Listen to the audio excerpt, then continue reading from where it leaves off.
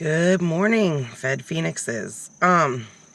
So first off, let me put out a disclaimer so I don't find myself in additional legal issues. But this video is, the information in this video is simply a hypothetical scenario for entertainment purposes only.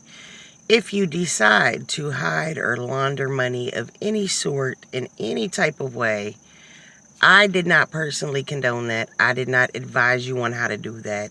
That was your own decision. Don't mention my name if and when you find yourself sitting in front of the feds. That's ain't got nothing to do with me. Nothing. So having said that, entertainment purposes only. So, the other day I was having a conversation with a friend of mine. It was interesting. I thought, this would be something probably my Fed Phoenix people may take an interest in or be curious to hear about. So here's the hypothetical scenario, right? You're on your way to federal prison. Bet that sounds familiar. It does for me. But you're on your way to federal prison, and let's say you have some stash money. You have some cash, right? And what are you going to do with that money? Now, in theory, if you put it in a bank account, first off, it's illegal money and you put it in a bank account, that's just asking for problems, particularly if it's a large sum of money, anything over, anything noticeable, anything over a few $1,000s. The next suggestion is, and we're going to assume that this money that you need to stash, in this hypothetical entertainment only situation, is money that you really, I'll just leave that out. Too bad I don't know how to edit these videos. But anyway, so you don't want to necessarily put the money in the bank account because, one, you're going to potentially raise some flags as to, where'd this money come from? And two, a lot of banks, you got to really check your bank's policy, because most banks, after 6 months or a year being really generous, of no activity on your account, so you're putting this money in an account and your plan is to wait till you come home and then you have this account with this money in it. After 6 months to a year of inactivity, the account freezes for a period of time. And usually this is, a month to a few months.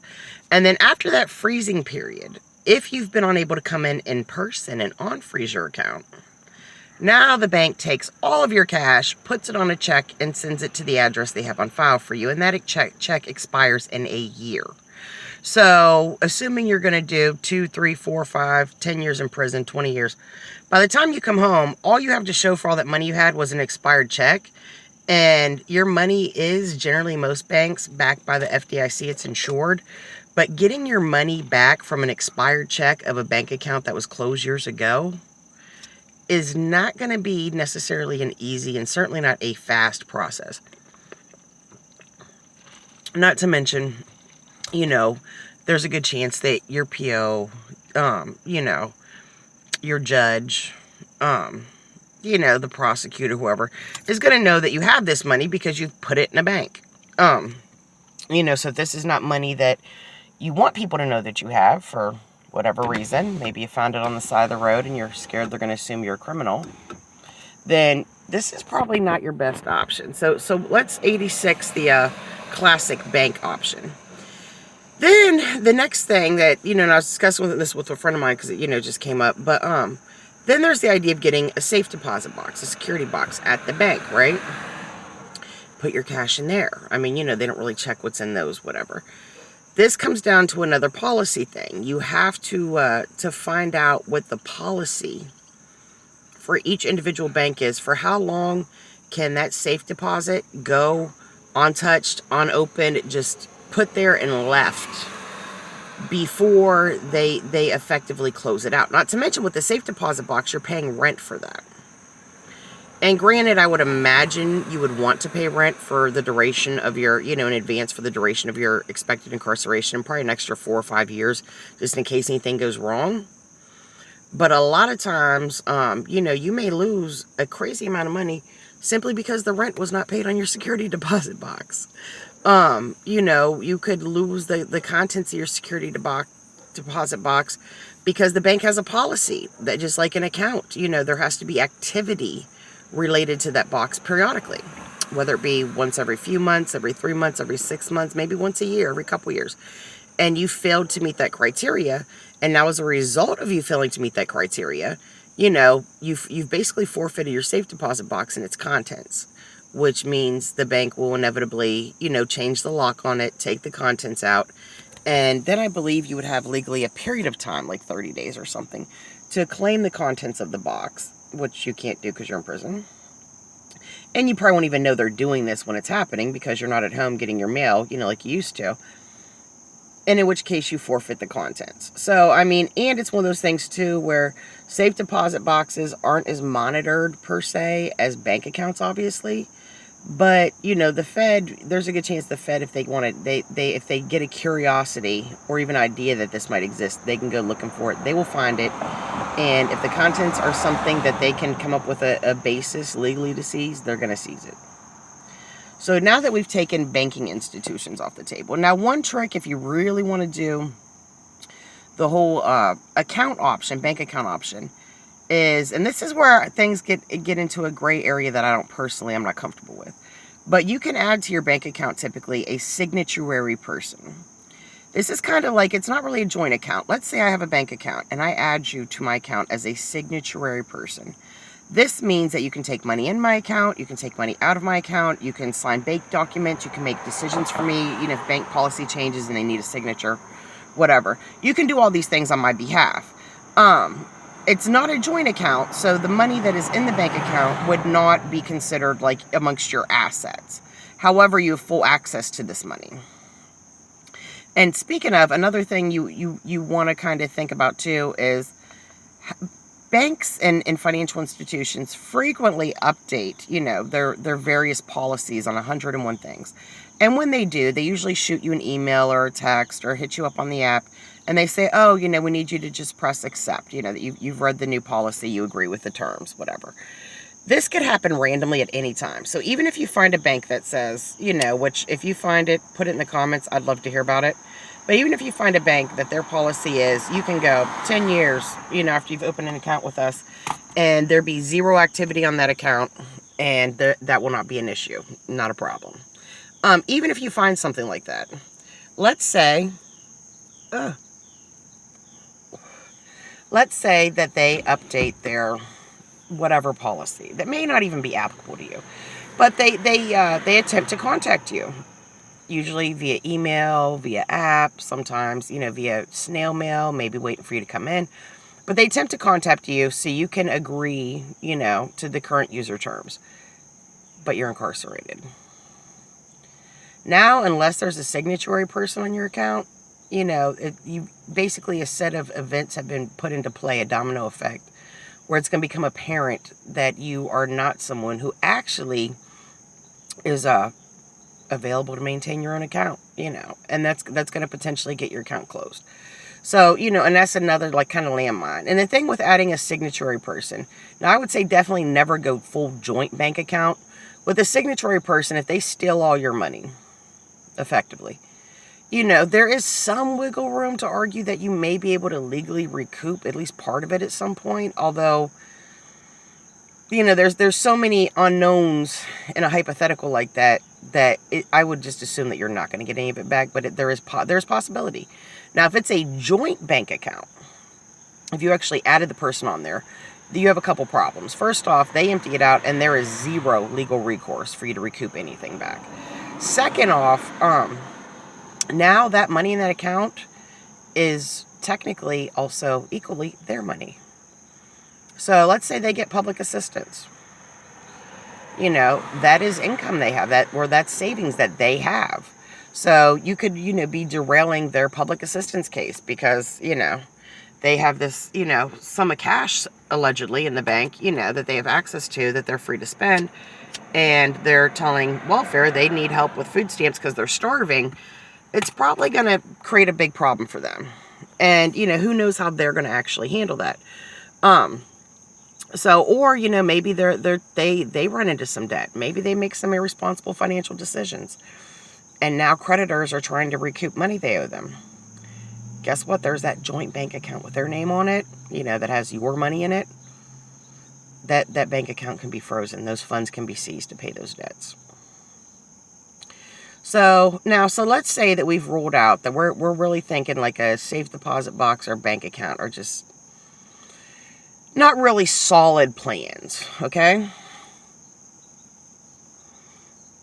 And keeping in mind, depending on how much money a person in a hypothetical situation like this would have to somehow need to stash, so to speak, you may need to implement multiple ways of putting this money up. Now, another thing is the old, plaster it up in the walls, of your home.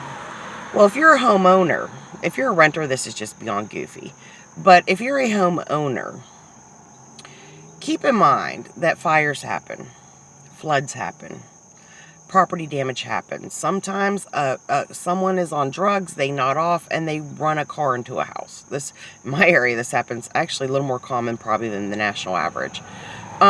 Keep in mind that people lose homes. If you own a home, you really want to talk to a lawyer ahead of time and make sure that there is no way, due to unpaid taxes, possibility for liens to become an issue or develop, that you're going to lose that home while you're incarcerated. Another thing is the home empty, or are there people living in it? If there are people living in it, they may find your money and take it.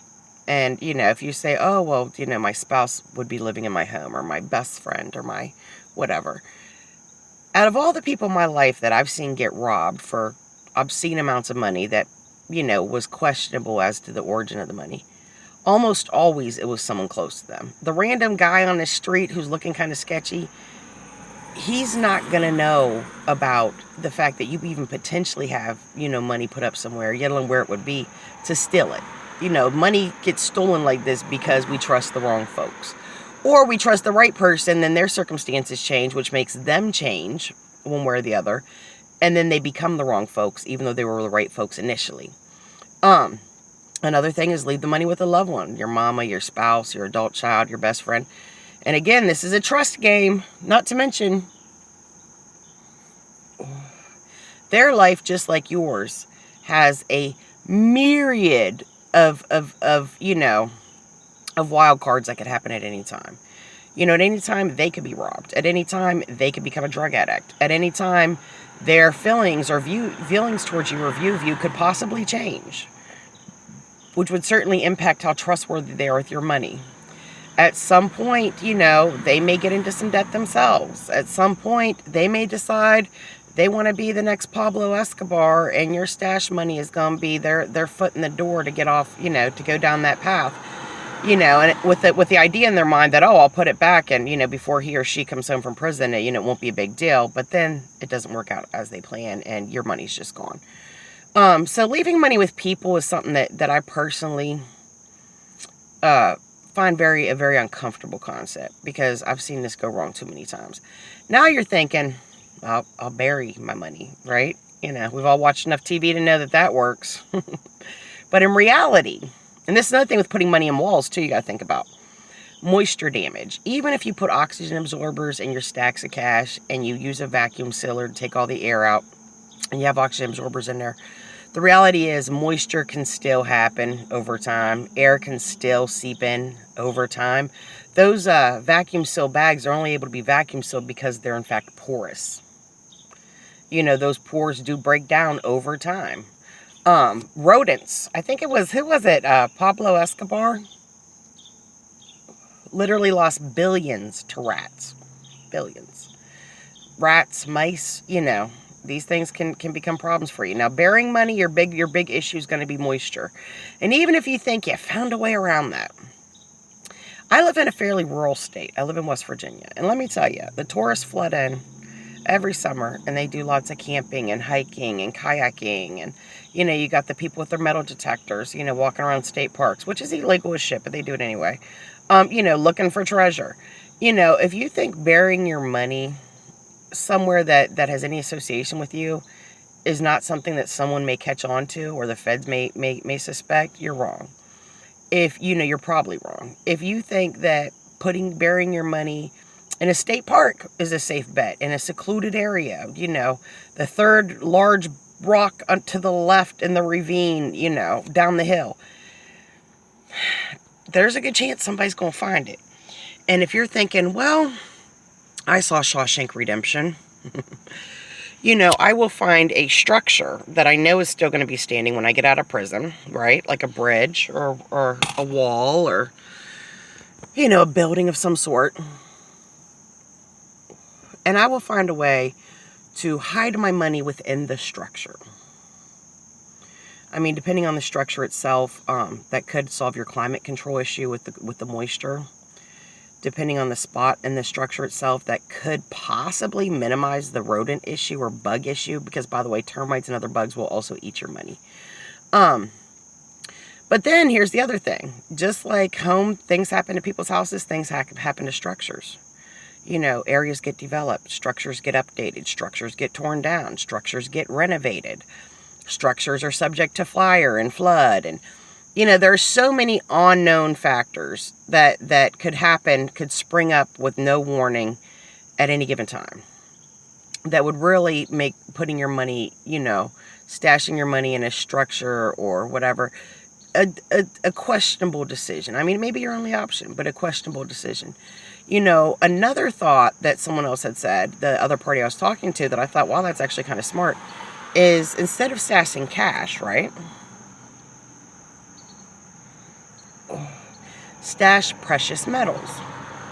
Convert your cash into gold. Buy gold bars, maybe go to pawn shops, buy junk jewelry. Convert the cash that you're trying to stash into precious metals and then stash that. Kind of like a pirate stashing treasure. And certainly that will remedy the moisture issue. That will, for the most part, rule out the bug and the rodent issue.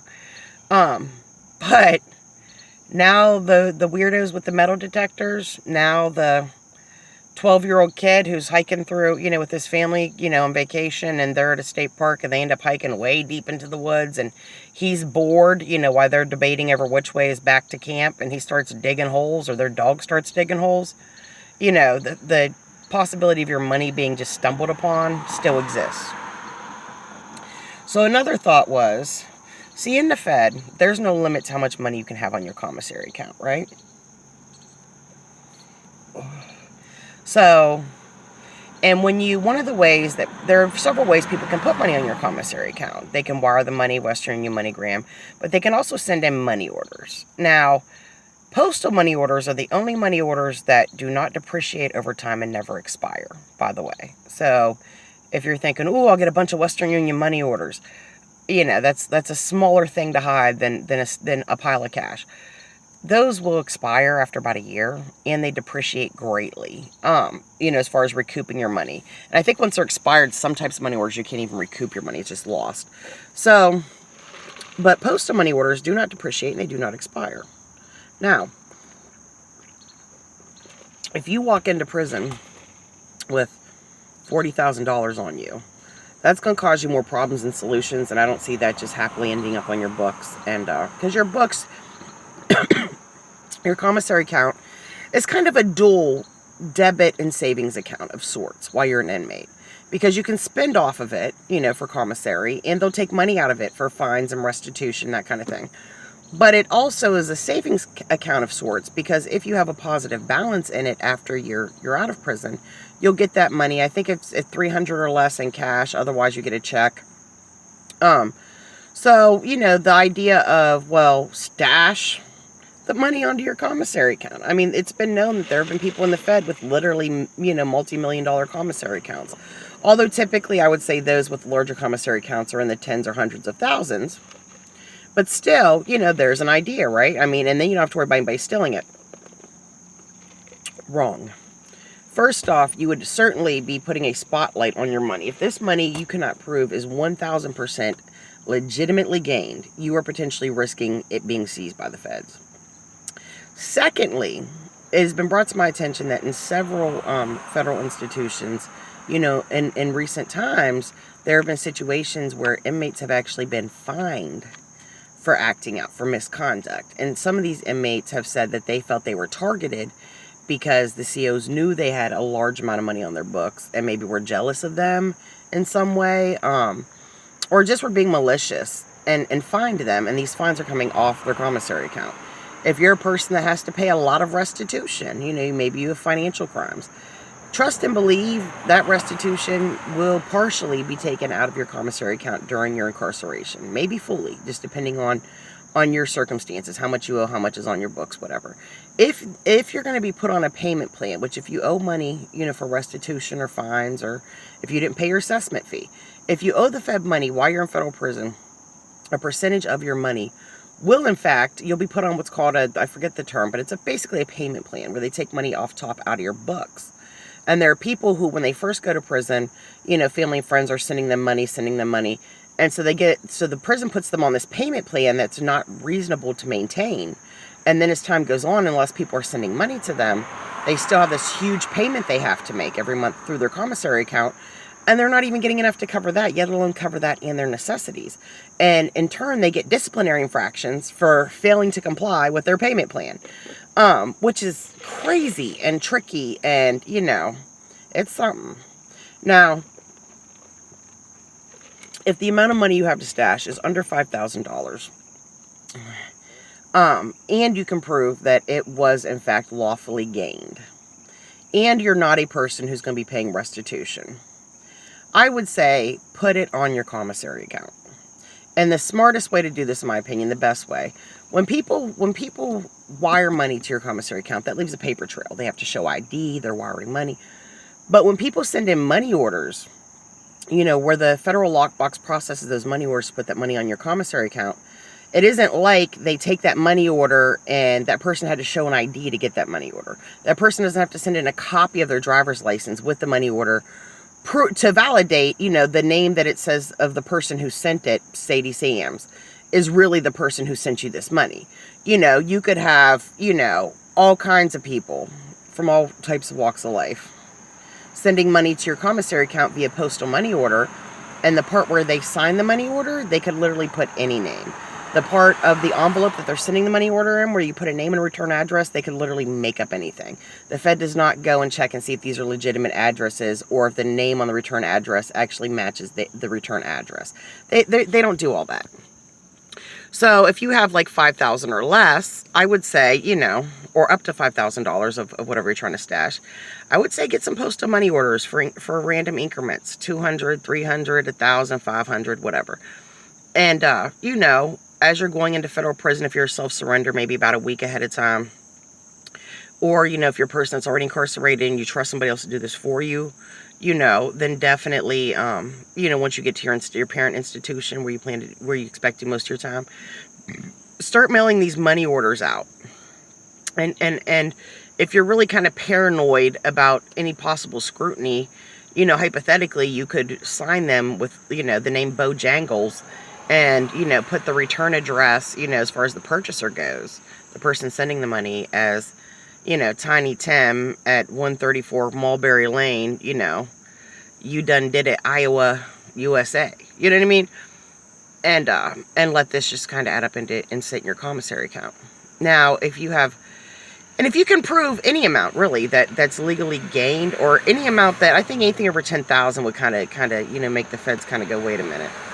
But if it's coming in random increments from random sources, I think that certainly would draw less attention. If you're a person who just really wants to not draw negative attention to yourself. Of course, the other option is leave the money with someone you trust. And for most people, that does not work out the way they think it will. When you first go to prison, people will say, I love you, I'm going to be there for you. You're my husband, you're my friend, you're my whatever. I could never leave you, especially during such a difficult time. But you're out of sight and out of mind. And you will quickly see, after about 6 months, you'll see very, very clearly that the majority of people that you thought would be there, that you would have put your stash money, you would have gambled that would be there, are slowly dwindling away. And for most people, after a year or so, 2 years, those people are all pretty much gone, except minus 1 or 2. And a lot of people don't even have that 1 or 2 still standing after a year or 2. So, so I guess the takeaway is, hypothetically and for entertainment only, if you had some cash in the free world that you needed to secure for yourself during your incarceration, And some people say cryptocurrency too, by the way. But, you know, that could either really take off during your incarceration, or it could completely bottom out during your incarceration. So I just wouldn't even begin to risk that. But also that's something I'm not super knowledgeable on. So in all fairness, you know, I don't mess with things I don't understand. But definitely, you know, if you're going to be trying to stash your money in a structure, in a home, in a house, is generally never a good idea. You'd be smarter to really just convert your money into precious metals. Now, mind you, if you're buying gold bars like from a Federal Reserve, you know, after you've bought so much, I don't know what the actual dollar limit is, but once you buy a certain amount within a certain period of time, that also sends up a red flag with the feds. So, but you know, I would say either precious metals, and then find somewhere to stash it in a isolated area that you have good reason to believe would not become developed or altered significantly with structures, or with the addition or removal of structures or parking lots or whatever during your incarceration. Or if it's money that you can legally prove, you know, you gained lawfully, I say put it all. If you have $2 million and you can provide receipts and a paper trail for how you legally obtained that money, I'd say put it all in your books.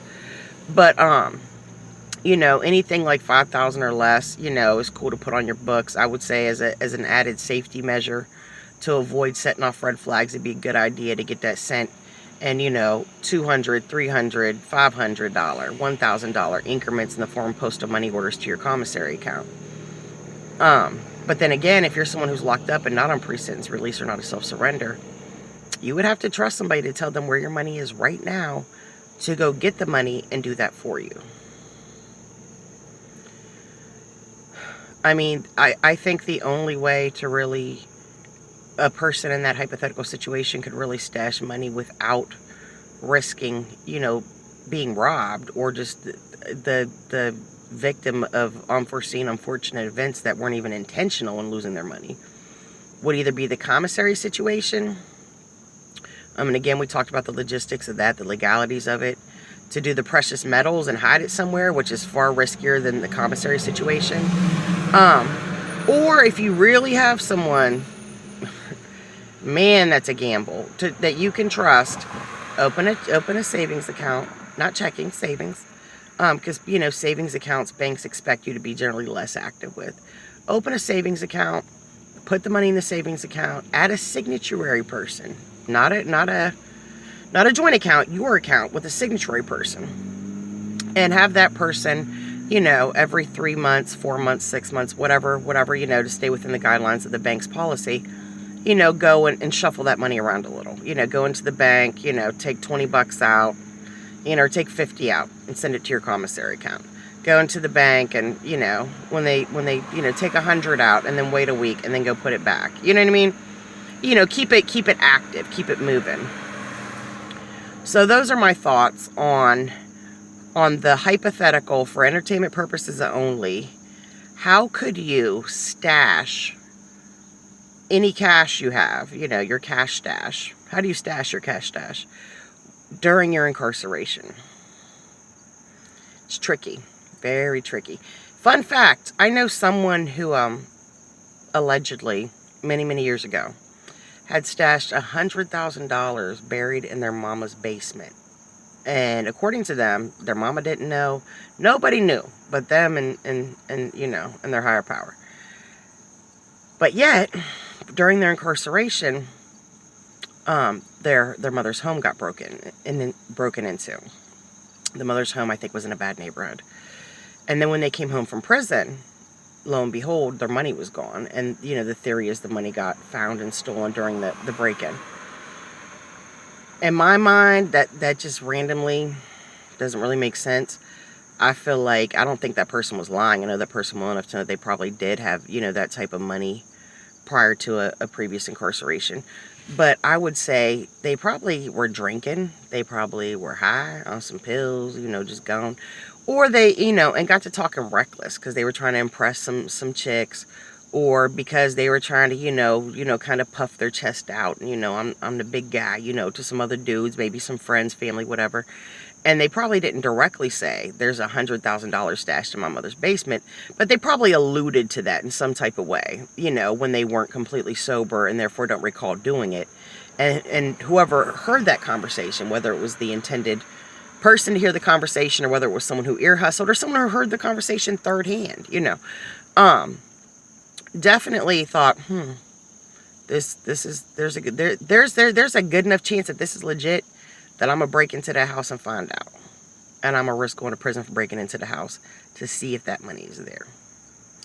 So, you know, that was clearly a horrible idea for where to put your money. And in all reality, had this person's money not been stolen in a break-in, depending on the condition of the basement, chances are moisture, bugs, rodents, a combination of all the above or one of the above would have caused all or the majority of the money to be completely invaluable when they came home anyway. So, what are your thoughts? What would you do if you knew you were going to federal prison and you had a large sum of money that you needed to stash during your incarceration? And you typically, or you generally, were trying to keep that information kind of below the radar of the federal government. You know what I mean? You know, so nothing that the feds are gonna, you know, throw up any red flags or draw any attention to yourself. And you may be a person who has, you know, $10,000, but you owe $3,000 in restitution with the Fed, and you know if that $10,000 goes on your books, they're going to eat it up for restitution on your payment plan, and you'll still come home penniless, and you want to make sure when you come home you have a couple dollars to start getting on your feet to not only pay that restitution you owe, but also just to generally get your life back together. So what would you do? And again, this is for entertainment purposes only. This is purely hypothetical, but I'm curious as to other people's perspectives, you know, or maybe you know some other stories like homeboy in the 100,000 in the basement, you know, that, you know, or, you know, may be true, maybe not, who knows, you know, I don't know, I wasn't there, obviously. You know, if people that came up with ideas to stash money and they just didn't work out. I know when you're in the free world and you have your own place to live, even if you're a renter, I mean, the places to stash money in your home, you know, put money in an envelope, pull out your dishwasher, tape it to the back and push it back. No one's going to check in that. Them vents that are on the walls, like ceiling vents, but on the walls, great places to put money. Floor vents, I've heard people say they like putting money in those. I don't really trust that. You know, your curtain rods, you can take several $100 bills, roll them up, put a band around them, shove them into curtain rods. No one's going to break into your house and steal the curtain rods. If your house was raided by, you know, the local goons or the feds or whoever, they're probably not going to be checking curtain rods for cash unless something has given them the idea to do that. You know, there's just, I mean, countless, you know, fake outlets, fake power outlets, you know, with no wiring. If someone tries to plug their phone charger into it, you go, that one doesn't work, it's shorted out. No one thinks nothing of it. No one remembers probably that you even said that. And God knows how much money you could pack back there. You know what I'm saying? Like, there are so many places logistically within your vehicle, within your home, even within your community, because now if there's new construction or things are developing or whatever, you have the opportunity to swoop in, grab your money and move it. So when